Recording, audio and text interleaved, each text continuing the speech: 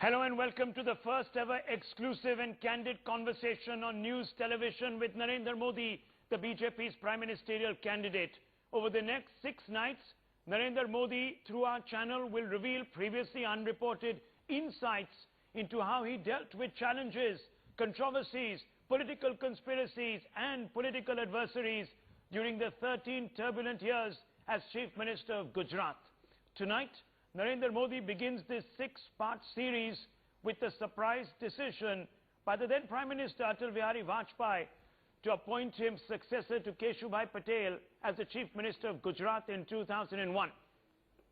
He takes us through the time when the BJP had lost seats in the by-elections due to the administration's mismanagement of the relief and rescue efforts in the aftermath of the catastrophic Bhuj earthquake of 2001.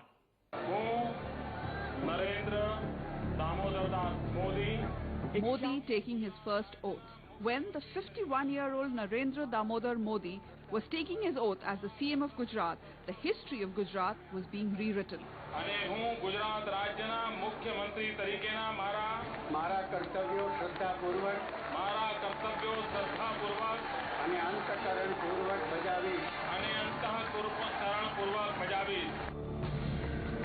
Now, for the first time ever, the Chief Minister of Gujarat, Narendra Modi, has spoken to the activist and author Madhu Kishwar about all the controversies and contentions that have marked his reign as the Chief Minister of Gujarat.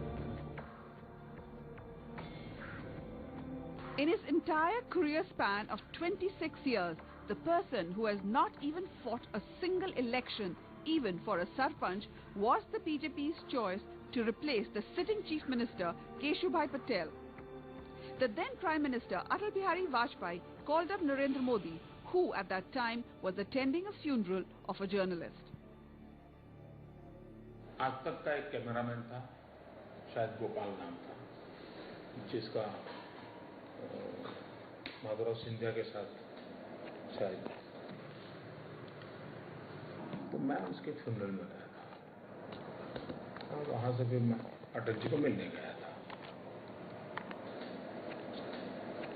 वो मुझे PMO से phone आया, तो अटल जी ने मुझे पूछा कहाँ हो, तो मैंने उनसे कहा कि मैं तो हंस पड़े, बोला तुमसे क्या बात करूँ यहाँ, तो ऐसा करो रात को घर पे आ जाना, रात को घर पे आ जाना, ऐसा करके मैं उनके यहाँ गया था। Now that it was decided that Narendra Modi will replace Keshubhai Patel as the Chief Minister, Narendra Modi, before going to Gujarat, called up Gandhinagar himself in the Circuit House. जब मैं यहाँ आना था मुझे कि भैया मुझे गुजरात जाना है, तो डिक्लेयर तो नहीं हुआ था, क्योंकि एमएलए मीटिंग होनी थी, उसमें कोई डिसाइड करना था। तो मैंने वहाँ से फ़ोन किया पार्टी ऑफिस को। मैंने पार्टी ऑफिस को फ़ोन करके कहा कि भाई मैं आ रहा हूँ, तो मुझे कहाँ जाना है, मेरे पास कोई रहने की व्यवस्था तो है नहीं। तो बोले जैसा आप कहें। मैंने कहा भाई किसी के घर पे तो नहीं रहूँगा, आरएसएस हेडक्वार्टर पर भी नहीं जाऊँगा रहने के लिए, तो पहले मैं वहाँ रहता था। गांधीनगर सर्किट हाउस में आप कमरा बुक कर दीजिए, ताकि सबसे मेरा मिलना भी हो जाए। फिर मैंने ये कहा कि देखिए भाई कमरा अगर बुक करते हैं किसी एमएलए के नाम पे मत करना, क्योंकि उसमें कंसेशन होता है ना। हाँ, मैंने कहा ये मेरे नाम से होना चाहिए और फुल पेमेंट से होना चाहिए। एज ए सिटीजन मैं ऐसे ही रहूँगा वहाँ। तब तो ये भी पता नहीं था मुझे कितने दिन रुकना है, क्या करना है, मुझे प्रोसेस मालूम नहीं था, मुझे अब 6 साल के बाद आया था। लेकिन जैसा मीडिया प्रोएक्टिव होता है तो हवा तो पकड़ गई एकदम से। The man who was away from Gujarat for 6 years first visited his mother to seek her blessings. Gandhinagar में सर्किट हाउस जैसे मैं लैंड करूंगा तो पहले मैं अपनी माँ से मिलने जाऊंगा। मैं अपनी माँ के पास चला गया। After his mother's blessings, he went to the circuit house where there were people waiting for him. Gandhinagar circuit house आ गया। लोग मिलना शुरू हो गए एकदम से। मिलना शुरू हो गए तो मैंने एक बात देखी, सब लोग जो मुझे मिले वो कह रहे मोदी जी क्या करोगे आप, क्यों ये पद लेते हो, पार्टी तो डूब रही है। दूसरा मुझे लोग बताते हैं नरेंद्र भाई कुछ करो या ना करो, कम से कम शाम को खाना खाते समय बिजली मिले, इतना जरूर करना। इतनी परेशानी है गाँव में, बोले बिजली शाम को नहीं मिलती है। एक दूसरी बात जो तुरंत छूती थी वो आती थी। कोई ऐसा भी कहता था, हाँ चलो अच्छा हुआ, कुछ अच्छा होगा, चलो भाई काम समय तो बहुत कम है लेकिन पता नहीं कितना कर पाओगे वगैरह वगैरह, कंसर्न भी बहुत लोग करते थे। कोई ऐसा भी कहता था, हाँ चलो अच्छा हुआ, कुछ अच्छा होगा, चलो भाई काम समय तो बहुत कम है लेकिन पता नहीं कितना कर पाओगे वगैरह वगैरह, कंसर्न भी बहुत लोग करते थे।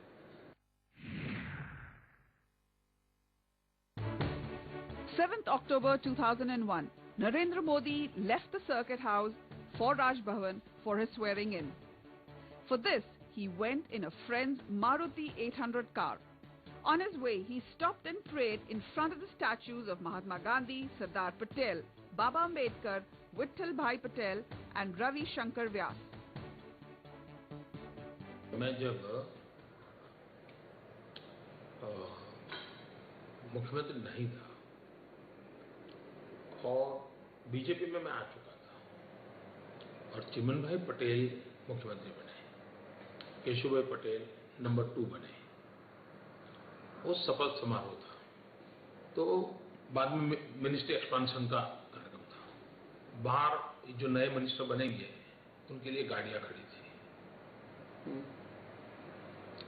और वो जब मिनिस्टर बनने के बाद उनको ड्राइवर आकर कहने वाला था, साहब मैं आपका ड्राइवर हूँ, ये चाबी है गाड़ी की। अखबारों में वो फोटो छपी थी, हम टॉकिंग अबाउट 88-89 का। मुझे शौक लगा था, मैंने कहा ये मैसेज अच्छा नहीं जाता है, ये कोई नई चीज नहीं है, ये सरकार का हिस्सा है, लेकिन ये भड़काने वाला मीडिया का रोल है। तो मैंने मेरे यहाँ कह दिया था कि भाई मैं मुख्यमंत्री बनने के बाद ये तामझाम नहीं करूंगा।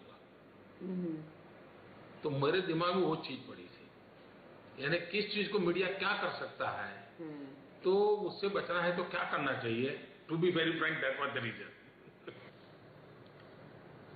वो तो ऐसा है, मैं उस समय जब गांधीनगर आया तो मेरे पास तो कुछ था नहीं, तो मैंने पार्टी को कहा भाई किसी कार्यकर्ता की गाड़ी और ड्राइवर को, ताकि मुझे कहीं जाना हो। तो उसमें वो कोई, अब तो मुझे आता है, लेकिन वो पार्टी ने किसी की गाड़ी मेरे यहाँ भेजी होगी।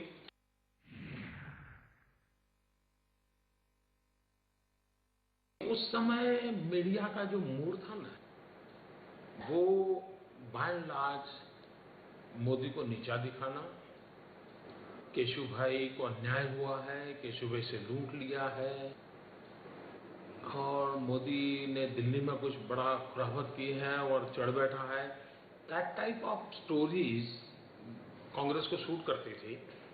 मीडिया उस चीजों को चला रहा है।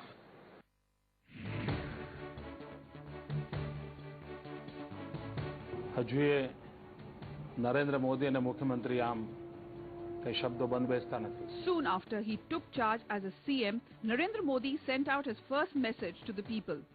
આપ સૌની શુભેચ્છાઓથી, આપની લાગણીથી જરૂર આ કર્તવ્યને પૂર્ણ કરવામાં હું યશસ્વી થઈશ એવી પૂરી શ્રદ્ધા સાથે હું આપની પાસે આવ્યો છું. મારા જાહેર જીવનમાં આ તદ્દન નવું જ કાર્યક્ષેત્ર છે. આ એવું ગુજરાત છે જેની રાજ્ય તરીકેની પ્રતિષ્ઠા અનોખી છે. ગુજરાતવાસી અને ગુજરાત બહાર વસતા વતનીઓને હું મારી હાર્દિક શુભકામના સાથે આ એક નવી જવાબદારીની પ્રક્રિયામાં આપ સૌને સહભાગી બનાવવા, આપ સૌની શક્તિ કામે લગાડવા કૃત સંકલ્પ છું. ગુજરાતમાં વિકાસની અદ્ભુત ક્ષમતા છે અને ગુજરાતની પ્રજામાં કાર્યશક્તિની અખૂટ સંભાવનાઓ છે. આ જ ગુજરાતનું આગવાપણું છે, આ જ ગુજરાતની આગવી ઓળખ છે એમ હું સમજુ છું અને માનું છું કે ગુજરાતની સમર્થતા પણ આ આપણાપણાની સમજ શક્તિમાં રહેલી છે. મારા આખા એ કાર્યશૈલીનો મૂળ મંત્ર છે આપણું ગુજરાત. આ આપણું જ મારે મન સર્વે સર્વા છે. આપણું ગુજરાત, આગવું ગુજરાત. कोई भी चीफ मिनिस्टर शपथ लेता है तो उस दिन रात शाम को वो सभी अखबार वालों के मिलने जाता है, उनकी चैम्बरों में जाता है. मैंने वो नहीं किया. That is number 1. नंबर 2, वो तुरंत प्रेस कॉन्फ्रेंस करता है. मैंने नहीं किया. मेरा नहीं करने का कारण ये था कि मैं खुद 6 साल के बाद आया था. सरकार नाम की किसी चीज को मैं जानता नहीं था और हॉस्टाइल माहौल है वो मुझे पहले से पता था. मैं जाऊंगा तो बेगाना शब्दों में फंस जाऊंगा. तो मैं थोड़ा चिंतित था कि मैं रियलिटी स्वीकार करता हूं. मेरा मन भी, क्योंकि इन सबसे मेरा कोई नाता भी नहीं रहा था और मन में एक भाव भी हुआ था कि बिना कारण मेरा काफी नुकसान किया है लोगों ने. तो उस समय प्रेस कॉन्फ्रेंस हुआ.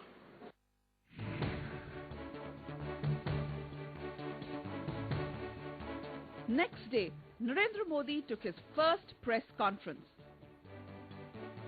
तो मैं क्या बताऊंगा, वो बड़ी बड़ी बातें बताने को. मेरी पार्टी का ग्राफ एकदम नीचे था.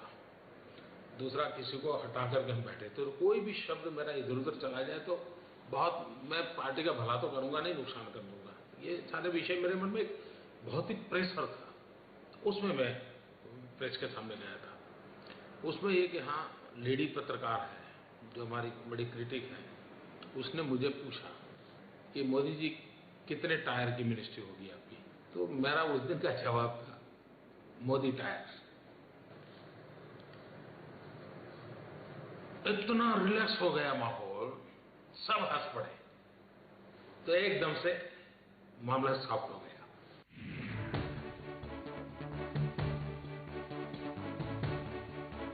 The first person who went to meet Narendra Modi after he became the chief minister was Ashok Bhatia from the administration department. अब जैसे मैं बना मुख्यमंत्री बनना बाकी था. मिस्टर भाटिया करके हमारे जीएडी के चीफ थे. आपको हैरानी होगी, लिखने के लिए नहीं है लेकिन मैं बता देता हूँ. मैं सीएम बनना बाकी था लेकिन तय हो चुका था. सीएस मतलब क्या होता मुझे मालूम नहीं था. सी मतलब क्या, एस मतलब क्या, तो मेरा कोई लेना देना नहीं था. तो जीएडी क्या होता है हमें मालूम नहीं था जी. तो मुझे वो हमारे कार्यकर्ता ने कहा कि जीएडी के चीफ आए. तो मैंने कहा, मैंने गौर सुना क्योंकि मैं इन शब्दों से परिचित नहीं था. तो बोले मुझे मिस्टर भाटिया करके आए. तो मुझे लगा कोई संत वंत होंगे कोई. जीओडी मैंने सुना. मैं बताता हूँ रियली, मेरे मन की स्थिति बताता हूँ. तो मैं खड़ा हो गया, वही चीजें वो अखबार को खा ठीक ठाक की मैंने. मैं को बुलाइए. तो वो आए तो पैंट शूट में थे. आपका परिचय? बोले मैं भाटिया हूँ. और मुझे बैठी वो बैठ नहीं रहे थे. तो बैठिए. फिर मैं बैठा, उसके बाद वो बैठे. तो वो ब्यूरोक्रेटिक डिसिप्लिन वाले थे. हमें ये सब ज्ञान नहीं था. हमसे उम्र में भी बड़े बड़े दिखते थे वो. और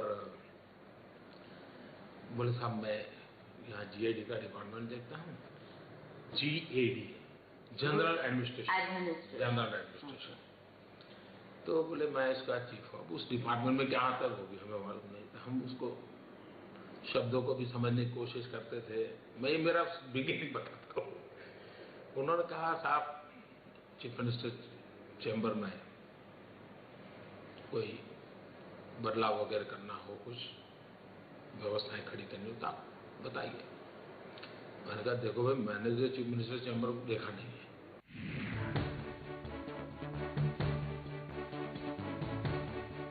The second officer who met Narendra Modi was the Chief Secretary Subba Rao. According to Modi, when Subba Rao addressed him as Sahib, he felt quite awkward. Chief secretary मिलने आए हैं, मिस्टर सुब्बा राव थे.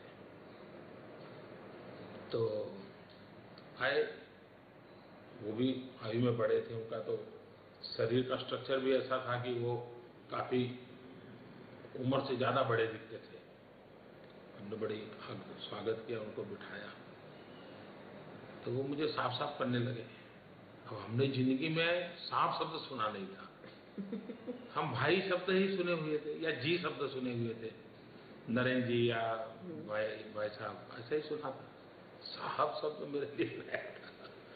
तो आई वॉज नॉट कंफर्टेबल. और मैंने देखा है कि उन लोगों की वो डेमोक्रेटिक ब्यूरोक्रेटिक डिसिप्लिन में है ये, वो करते संभाल करके वो करते हैं। मेरी कठिनाई है कि मैं गुजराती से हिंदी पर कब चला जाता हूं मुझे पता नहीं रहता है। वो उल्टा मेरी तरफ है। According to Narendra Modi, he did not choose even one single officer. He worked with whoever he got. तो मुझे वो कहने लगे कि साहब आपको सीएम को स्टाफ रखना होगा। तो मैंने कहा भाई स्टाफ तो होगा ना, सीएम का स्टाफ नहीं होता है क्या? तब उन्होंने मुझे समझाया कि साहब ऐसा नहीं होता है, ऐसा होता है। मैंने कहा भाई मैं यहाँ किसी को पहचानता नहीं, किसी को नहीं जानता, आप खुद ही तय करके मुझे दे दीजिए। मैंने कभी प्यून नहीं बदला, ड्राइवर नहीं बदला, जो सरकार ने दिया मेरा उसी से चलता है, मेरा अपना कोई चॉइस वॉइस नहीं होता।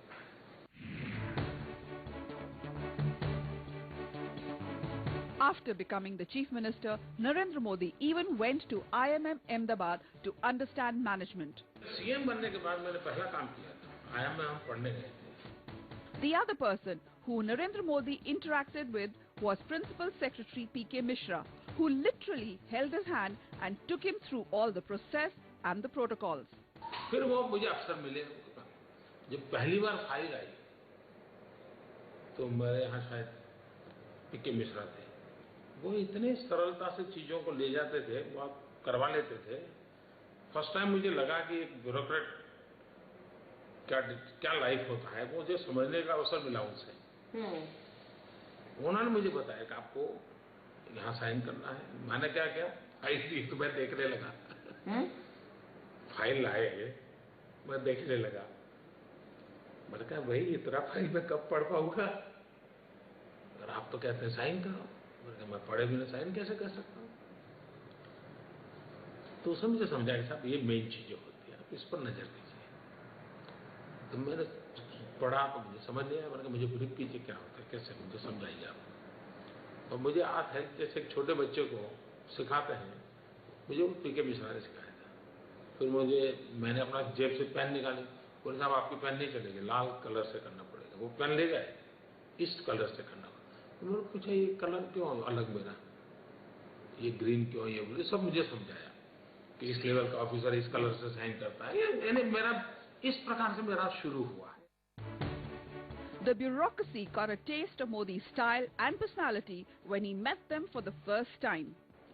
सेक्रेटरी की परिचय बैठक होती है पहली, सारे डिपार्टमेंट के लोग अपने। तो पहली मीटिंग थी, सब अफसर बैठे थे। अब हम उस बैकग्राउंड के उस हमारे मकान में आईएएस ने बहुत बड़ी चीज होती है ऐसी मन में ने ये सब बड़े लोग हैं, ये मन से धारणा बचपन से है। उनके सामने मुझे बैठना था, तो मैं काफी भीतर से थोड़ा वो था जब गया तो भाई ये बड़े बड़े लोग हैं, मैं क्या करूंगा जाके, कैसे करूंगा। मैं अपने लोगों को समझा मुझे क्या करना है, क्या करना है। बोले कुछ नहीं साहब, परिचय करना है। हम गए, सब अपना परिचय करवा दिया, 40 के करीब लोग होंगे। एक आध को बीच में कुछ पूछ लेता था मैं, और धक्का उनको तब लगा कि उसके बाद मैं सबको नाम से बुलाने लग गया। 40 को मैंने नाम से बुलाया। ये घटना ने शायद उनको पागल करके रखा। उनके लिए संभव नहीं था कि अपने 40 कलीग का नाम वो बोल सके। 15-15 साल से वो काम करते होंगे। मैं नाम से मार्केट, आप क्या कह रहे थे, शिक्षा का बता रहे थे, क्या है ज्योति, आप क्या कह रहे थे, ऐसा फट मैं पूछने लग गया। मैं भी हैरान हूं, मुझे वो उस समय क्वेश्चन कहां से निकले। तो मेरी अपनी जो 3 लोगों की टीम थी, उनके बीच में जो चर्चा हुई, जो मुझे बाद में पता चला, बोले यार सीएम हमको मूर्ख बना रहे हैं। उनको सब आता है, वो फाइल में साइन कहाँ करनी, वो सब नाटक करते बोले। उनको सब मालूम है, बोले आज की मीटिंग वरना ऐसी कोई ले ही नहीं सकता। तो यानी एकदम से रिवर्स पिकिंग शुरू हो गया। Soon it was down to business, and Narendra Modi had to start dealing with all the files. 3-4 दिन हुए होंगे और हमारे सीएस आए, इससे भी ज्यादा फाइलों का ढेर लेकर के आए होंगे, इससे भी ज्यादा 15-20 किलो वेट होगा। प्यून आकर के मेरे टेबल पर रखा, फिर वो सीएस हमारे बैठे चीफ सेक्रेटरी, उन्होंने मुझे फाइल दी, साहब ये नर्मदा की फाइल है, ये मुझे भूल गए, नर्मदा तो मुझे याद है, बाकी 3 फाइल है। बोले राज्य के सेंसिटिव और महत्वपूर्ण इशू है, आप समय निकाल कर इसको पढ़िए, ताकि कभी भी आपको इन चीजों पर पोजीशन लेना पड़ेगा, बोलना पड़ेगा, आपको सारे इश्यूज को एड्रेस करना पड़ेगा। मैं ऐसे ही उसकी हाइट देख रहा था फाइल की, 3-4 बार मैंने कहा भाई कब रखिए, लेकिन 2-4 दिन के बाद अपन कब रखिए, लेकिन 2-4 दिन के बाद अपन मिलेंगे। मैं उन फाइलों को ऐसा भी नहीं किया, वहीं रही। मेरे मन से आवाज उठी कि ये मैं ऐसे कोई एकेडमिक स्टडी करके सरकार नहीं चला सकता, आई कांट डू दैट। ये मेरे मन में से आवाज उठी। मेरे अफसरों जो 3 अफसर थे, मैंने कहा ये मुझे सीएस साहब दे गए हैं, मैं तो इतना पढ़ नहीं पाऊंगा, इतना पहले आप लोग मुझे इसका समझाइए, आखिर ये मसाला है क्या, मुझे कहाँ से शुरू करना, क्या करना। मैं ऐसे ही कि कागज देखता जाऊंगा तो मेरे बस का रोग नहीं है। और फाइल नाम की चीज पढ़ना प्रकृति में ही नहीं है, मैंने कभी जिंदगी में देखा नहीं। 3-4 दिन के बाद सीएस आए, मैंने कहा फाइल में मुख्य बातें क्या है, जरा मुझे बता दीजिएगा। तो उन्होंने मुझे बताया, मैंने कहा मेरे लिए इतना काफी है, आप इसको ले जाइए। उसके बाद मुझे कभी भी इन विषयों का ब्रीफिंग नहीं लेना पड़ा है। आज 13 साल हो गए। मेरा इतना ग्रास्पिंग था, उस विषय को मैं इतनी बारीकी से पकड़ लिया, इन चीजों का उनके मन पे इम्पैक्ट हुआ। फिर वो कभी मुझे कहते नहीं थे साहब इसको देख लीजिए। मैं आर्गुमेंट नहीं करता हूँ, मैं आई एम गुड लिसनर। बाहर जो छवि है ऐसा नहीं है, मैं बहुत सुनता हूँ। और मैं आज कह सकता हूँ कि अगर मेरे डेवलपमेंट में रीडिंग ने अगर 30% रोल किया होगा, तो लिसनिंग ने 70% रोल किया है। मैंने बहुत लोगों से बहुत कुछ सुनता हूँ, उसको मैं एनालाइज भी करता हूँ और अलग अलग बॉक्स में माल रख देता हूँ। मैं उसमें मुझे कोई टाइम नहीं लगता है, कोई जरूरत पड़े मैं निकाल देता हूँ उससे। तो ये एक एक्स्ट्रा मुझे मेरी विधा वो डेवलप हुई है। आज भी मेरे अफसर मुझे कोई कागज वगैरह देते हैं तो मैं उनको कहता हूँ 2 मिनट में मुझे बता दो, 2 मिनट में बता दो। 2 मिनट मुझे वो 10 पेज का डॉक्यूमेंट के लिए वो काफी हो जाती है। तो ये मेरा है ना डेवलप हुआ है, और डेवलप हुआ है।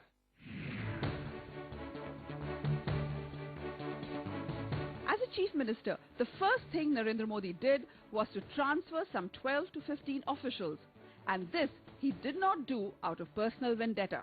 मैंने कुछ जानकारियां पाने की कोशिश की कि भाई जिनकी इंटीग्रिटी डाउटफुल है और जिसके कारण सालों से एक जगह पर बैठे हुए हैं, ऐसे कुछ लोगों को मुझे टोकन के रूप में ट्रांसफर ऑर्डर करने हैं। अच्छा। ये मैंने को मिस्टर भाटिया को बुला करके कहा, जो जीएडी के चीफ थे, और फिर मेरे जो मंत्री वगैरह थे उनसे मैंने पूछा, मैंने कहा भाई जरा ये अफसरों के संबंध में आपका क्या ओपिनियन बताइए ना। तो किसी ने 2 का बताया, किसी ने 5 का बताया, किसी ने 3 का बताया। तो मुझे मोटा मोटा एक अंदाज आ जाए मेरी अपनी चैनल से। कुछ मेरे मीडिया के मित्र थे, उनको मैंने पूछा क्या है कुल मेरा कैसा चलता है। कुछ हमने भी पहले सुना हुआ था वगैरह। तो एक 12-15 की सूची मैंने आइडेंटिफाई की। उसमें टॉप सेक्रेटरी लेवल के थे, कुछ जूनियर आईएएस अफसर थे, कुछ जूनियर गैस कटर के अफसर थे, लेकिन 12 एक ही स्टॉक में उनको बहुत ही मैंने ट्रांसफर कर दिया। और ट्रांसफर में उनका साइड पोस्टिंग किया। ये अपने आप में एक बहुत बड़ा धमाका था कि ये ऐसे नाम थे जिनको कभी पिछले 25 साल से किसी ने हाथ नहीं लगाया था। 25 साल में हाथ नहीं लगाया। इसमें तो कुछ लोगों ने तुरंत इस्तीफे दे दिए। मैंने भी कहा ठीक है, सम्मानपूर्वक जाने का, हमें कोई किसी की जिंदगी थोड़ी बिगाड़नी है। लेकिन उससे एक स्ट्रांग मैसेज चला गया कि मेरी जीवन की प्रायोरिटीज क्या होगी। ये करीब ये लोग, इन्होंने ढेर सारे मुख्यमंत्रियों को देखा है, उनके लिए मैं क्या चीज हूं, तो समझना कोई मुश्किल काम नहीं था उनके लिए।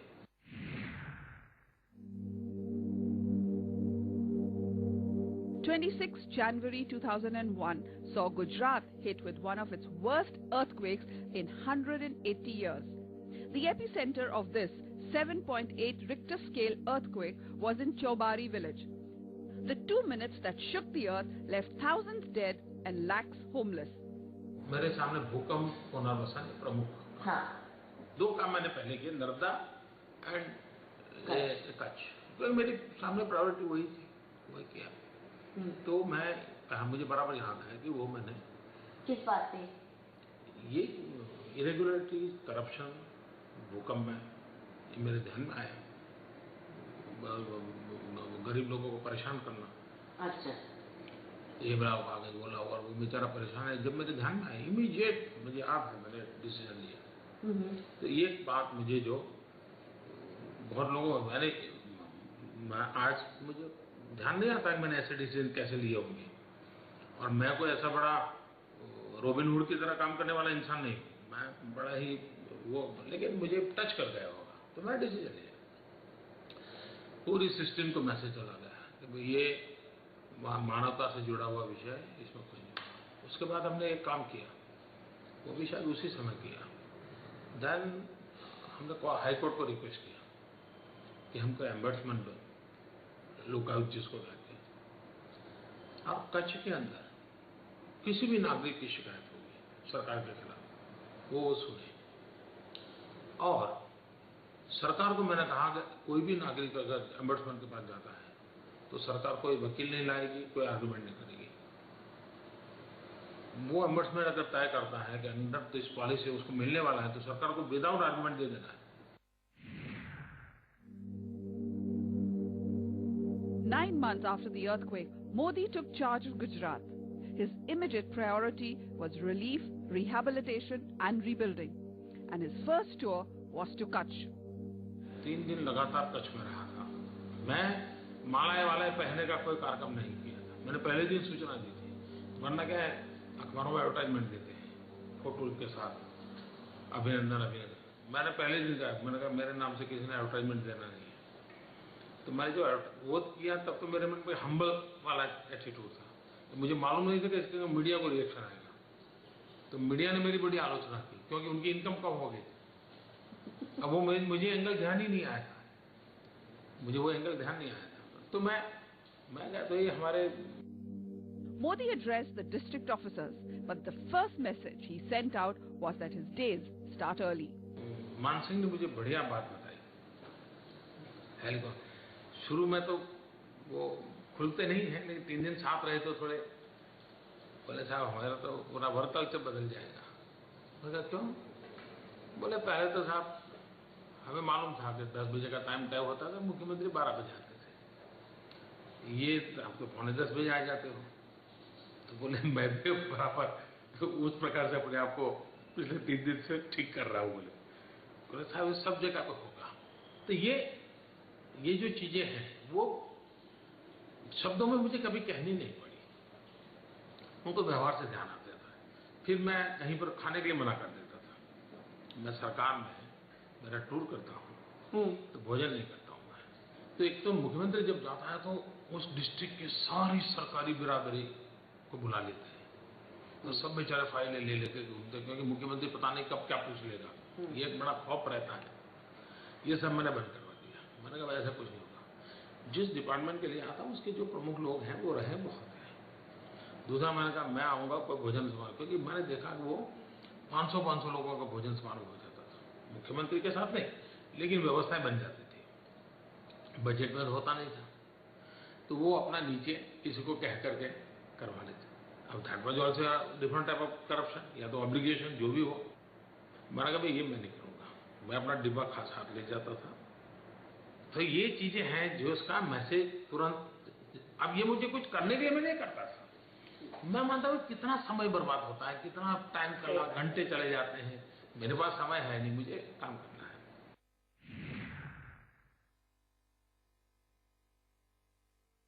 हमारे सीएस मेरे पास आए, मिस्टर सुब्बाराव, बोले साहब कलेक्टर और डीडीओ की अपनी एनुअल कॉन्फ्रेंस है, तो आपको उद्घाटन के लिए आना है।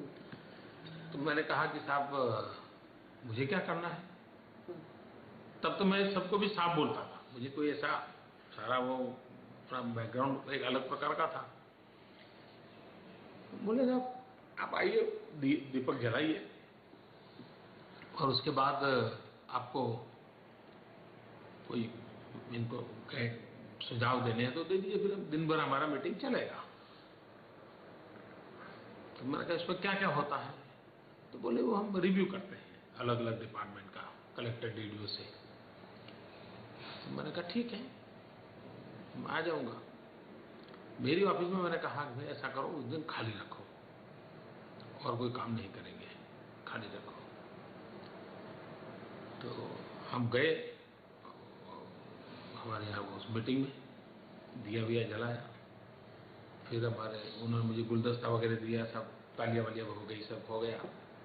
तो मुझे कहा आप सीएम बोलेंगे। मैंने कहा भाई मैं तो नया हूँ, मुझे तो सीखना है, मैं क्या मार्गदर्शन करूँगा। तो आप चलाइए, थोड़ी देर में बैठा हूँ, देखूंगा। मैं मीटिंग में बैठा। नॉर्मली एनुअल कलेक्टर डीडीओ की रिव्यू मीटिंग मतलब 10:30-11 बजे शुरू होती थी, 1 बजे तक पूरी हो जाती थी, लंच होता था और सब अपना अपना 200, 250 किलोमीटर से आकर के वापस जाते थे। ये मैंने बाद में सुना, उस दिन तो नहीं सुना। फिर मैं तो बैठा, अब वो सब बैठे। पहले क्या करते थे, मान लो एजुकेशन का विषय तो एजुकेशन सेक्रेटरी आएगा, वो इनको बेचारों को डांटेगा, पूछेगा और फिर आधे घंटे में अपना चला जाएगा। फिर एग्रीकल्चर वाला आएगा, वो आधा घंटा चलाएगा, वो चला जाएगा। ऐसे ही होता था। हम बैठे तो सबको बैठे रहना पड़ा, एक एक का चर्चा हुआ, मैं लिखता गया क्या चल रहा है, कैसे हो रहा है, कौन क्या बोल रहा है। मैंने एक चीज रिक्वेस्ट की, मैं जो बोलते हो वो अपना नाम बता करके बोले, ताकि मुझे पहली बार मिलना था तो मैं परिचय मेरा हो जाएगा। तो सबका नाम मुझे याद हो गया, कलेक्टर कौन है, डीडीओ कौन है। फिर लंच का टाइम हुआ, मैंने कहा लंच का समय दे दीजिए सबको, अपन फिर से बैठेंगे। तो मैं बोलता नहीं कुछ, पूरा दिन, रात को 11 बज गए। ये मेरा पहली मीटिंग रात को खाने का, डिनर का व्यवस्था नहीं था, क्योंकि वो तो लंच वाली मीटिंग होती थी। फिर मैं 11 बजे मुझे कहा साहब अब कैसा करेंगे। मैं अब तो बहुत देर हो गई, सब थक गए होंगे, तो अब तो ज्यादा क्या परेशान करना। तो बोले नहीं साहब आप बोलिए। फिर जब मेरी बारी आई तो मैंने कहा देखो भाई अब बहुत देर हो गई है, ताकि आपका शेड्यूल गड़बड़ा गया होगा, I am sorry for that, लेकिन मेरे लिए अच्छा दिन रहा, बहुत कुछ चीज़ें मुझे सीखने को मिली, समझने को मिली, और वाकई मैं आप लोगों की तारीफ करता हूँ, आप कितना काम करते हैं, कितनी बारीकियों से चीज़ों को करते हैं। फिर मैंने उनको कहा देखिए भाई मैं बहुत वर्कोहलिक हूँ, मैं दौरा बहुत करूँगा, अब मान के चलिए कि मैं लगातार एक महीने में 2 बार एक डिस्ट्रिक्ट में आना भी मेरा हो सकता है। मेरी आप सबको रिक्वेस्ट है कि मैं आने वाला हूं तब कि पूरे जिले के काफिले को कभी इकट्ठा मत करना। दूसरा मैंने कहा सीएम आने वाले हैं, सीएम आने वाले हैं, इसलिए सर्किट हाउस ठीक करो, चद्दर नहीं लाओ, पर्दे नहीं लाओ, कलर नया करो, बाथरूम में सारा सामान नया लाओ। मैंने कहा ये सब मत कर, क्योंकि मैंने शुरू के 15 दिन में देखा था कि बाल्टी नहीं आ गई है, नलके नहीं डाल दिए, सब मैंने देखा था। मैंने कहा वो सब करने की जरूरत, एक सामान्य इंसान हूँ, जो व्यवस्था है मैं उसी से अपना साफ सुथरा होना चाहिए, इससे अधिक आप ये सब खर्चे मत करना। दूसरा मैंने कहा कि भोजन समारंभ मैं नहीं करूँगा, तो आप उसको भी अब ये फिर मैंने कहा भाई साहब आए तो गाड़ी ऐसी एक नहीं है, इसके चक्कर में मत पड़िए।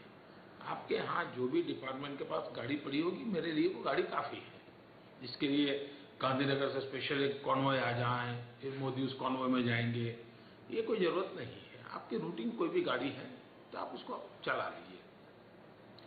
और मैंने कहा वहाँ के जो एमएलए होते हैं उनसे मिलने का मेरे लिए कभी समय रखना। जब भी मैं आऊँ तो उनको कुछ कहना है तो जो जनप्रतिनिधि हैं वो अगर समय मांगते तो मेरा समय उनको आप व्यवस्था में रखना। ये मेरी पहले दिन की उनको सूचनाएं थी। तो उनके लिए बड़ी हैरानी थी कि ये ऐसा इंसान है कि जो कहता है ये मत करो, वो मत करो, वो मत करो, साबुन नया लाओ। मैं ऐसा ही मैं मानता हूँ इसने उनको एक चौकस मैसेज दिया, भाई ये कोई अलग प्रकार की सोच वाला सचमुच में कुछ करना चाहता है। तो मेरी सिंसियरिटी का मैसेज इन्हीं चीज़ों से तुरंत पहुंचने लगा था। और ये सब चीज़ें फर्स्ट 100 डेज की है।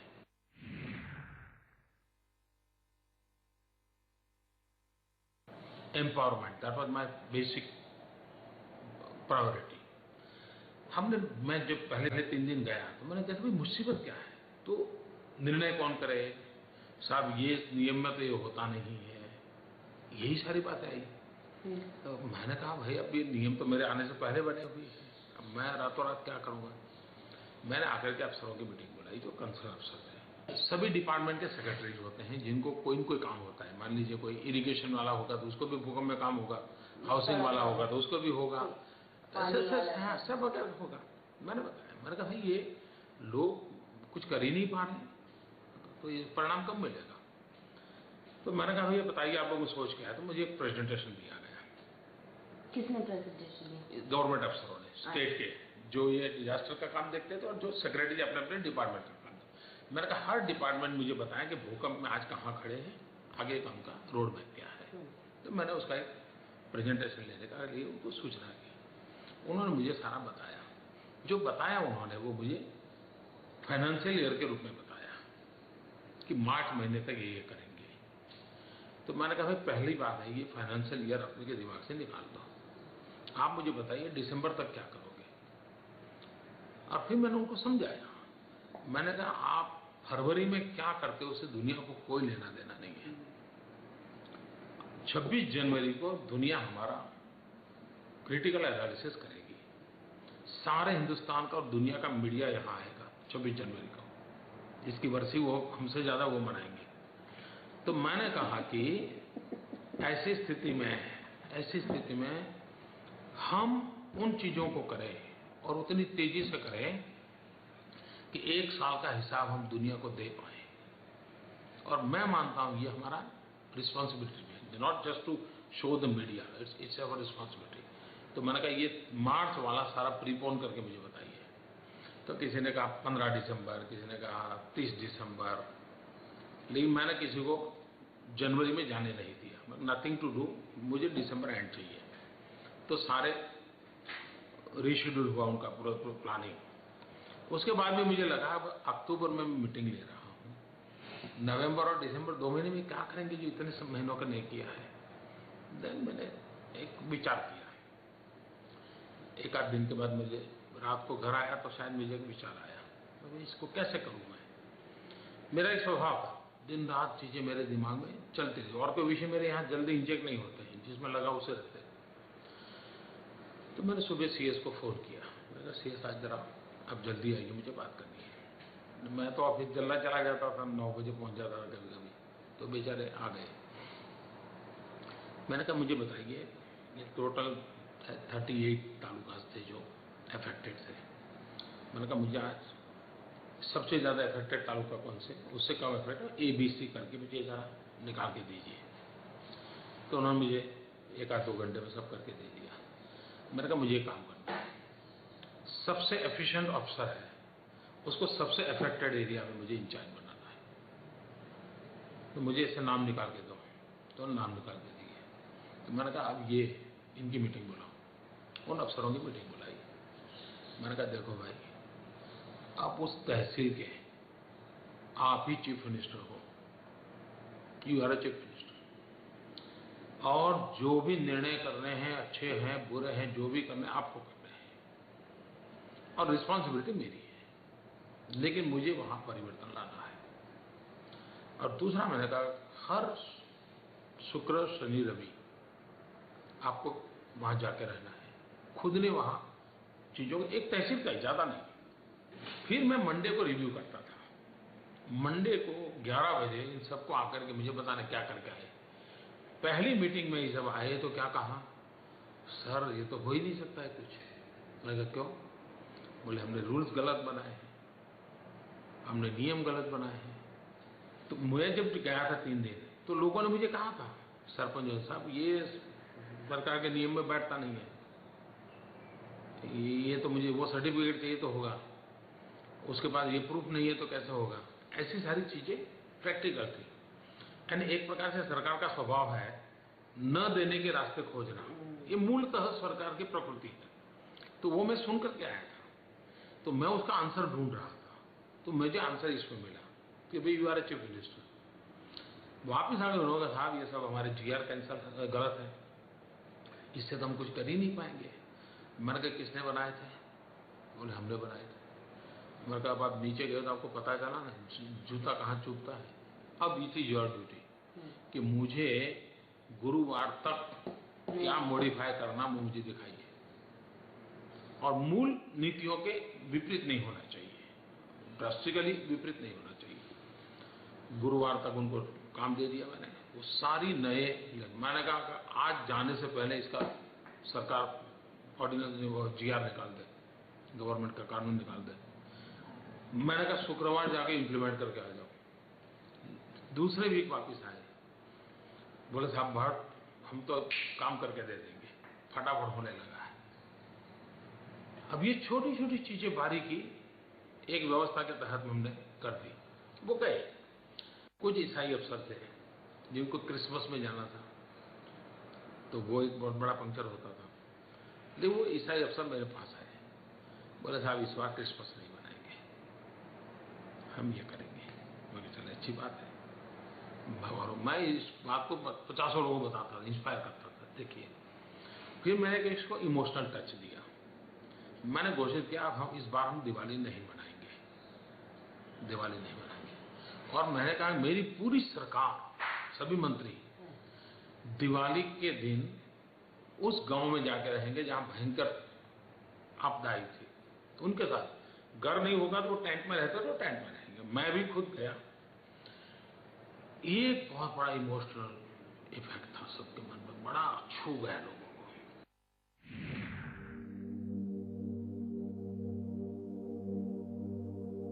After returning from Kutch, Modi was very disturbed. He wanted to help and rebuild lives of the people. सिर्फ कच्छ गया ऐसा नहीं, सभी भूकंप पीड़ित इलाकों में गया। बनासकांठा में भूकंप है तो वहां गया, पाटन में भूकंप है तो वहां गया, जामनगर में भूकंप है तो वहां गया। वहां मैं लोगों से मिला, उन सभी 38 तालुका के लोगों को किसी न किसी रूप में मिलना, ये मेरा प्रयास था। ये लाखों घर बनाने कैसे करेंगे? मैं कहा इसमें तो सबको छोड़ना पड़ेगा भाई, तब होगा। तो मेसन्स चाहिए हजारों के तरीके, मेसन्स को हमने कहा ट्रेनिंग करो, तो वो ट्रेनिंग की। फिर हमने कहा स्कूल बनानी है तो गांव के अंदर विलेज कमेटी बना दो, उनको नक्शा दे दो। मटेरियल बैंक बना दी हमने, मटेरियल बैंक। सीमेंट चाहिए, लोहा चाहिए, क्या चाहिए, मटेरियल बैंक से ले लो, कोई खर्चा वर्चा कुछ नहीं। और मैंने लोगों को पैसा दे दिया कि भाई आप अपना स्कूल, गांव की कमेटी बनाई, कमेटी एक टीचर होगा, एक गांव का सरपंच होगा, ऐसे एक कैटेगरी तय की और 5-7 लोगों की कमेटी बना दी। उनको हमने पैसे दे दिए। उनका पहला काम स्कूल बन जाए, ताकि बच्चे अगर नॉर्मल हो गए तो जीवन नॉर्मल की शुरुआत हो जाएगी। आपको जान के हैरानी होगी, पैसे वापस लौट रहे। ये अपने आप में बड़ा ही टची बात थी। हमने उनको पैसे दिए, उन्होंने स्कूल के अगर एक कमरा बनाना सरकार के नियम में था तो उन्होंने 2 बनाए। जगह कम थी तो उन्होंने डोनेट की जगह, अच्छी स्कूल बनाई, पहले से बेहतर बने। ये तो हुआ है पूरे कच्छ में, सब कुछ भूकंप को हमने अवसर में पलट दिया है। वो तो, और वो हमारा मन में था कि अब हम वो मरा हुआ काम नहीं करेंगे, हम ग्लोबल स्टैंडर्ड पे करेंगे। ये मैं बहुत स्ट्रिक्ट था उसमें, नो कॉम्प्रोमाइज, उसका फायदा भी मिला। आज जो कच्छ में आप इंफ्रास्ट्रक्चर देखोगे तो पूरे गुजरात में best infrastructure is there in Kutch, पूरे गुजरात में बेटर देन अहमदाबाद। तो ये उसका हमें फायदा मिला और ये मेरा मत था, ये आफत को अवसर में पलटना है, ये मेरा बड़ा ही आग्रह रहता था।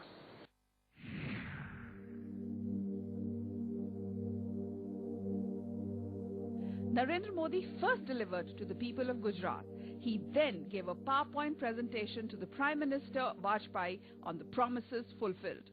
तो ऐसी कई चीजें की, तो हमने काफी जनवरी तक में तो सारी स्थिति बदल दी।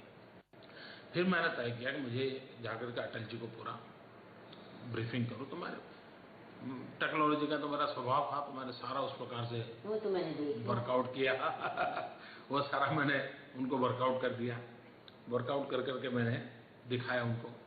शरद पवार उस समय भारत सरकार के डिजास्टर मैनेजमेंट के चीफ थे, तो हैरान हो गए। अच्छा, दूसरा मैंने किया काम, पूरी दुनिया की एम्बेसीज को बुलाया। अच्छा। दिल्ली में, वो भी 23 और 24 तारीख की बात है, जनवरी। सभी एम्बेसीज को मैंने रिपोर्ट किया, आपके देश ने हमारी मदद की थी, मैं आपका आभारी हूँ, आपने जो मदद की उसका हमने ये किया, दिस इज द सिचुएशन। सामने से मैंने इन्वाइट किया था, मैं खुद दिल्ली जाकर के अटल जी के घर में ये पूरा मैंने ब्रीफिंग किया।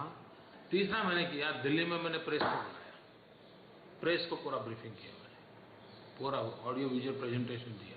26 जनवरी को सारा देश का मीडिया, सारे देश का मीडिया यहाँ था, और 26 जनवरी को 1 साल के बाद उन्होंने तारीफ की है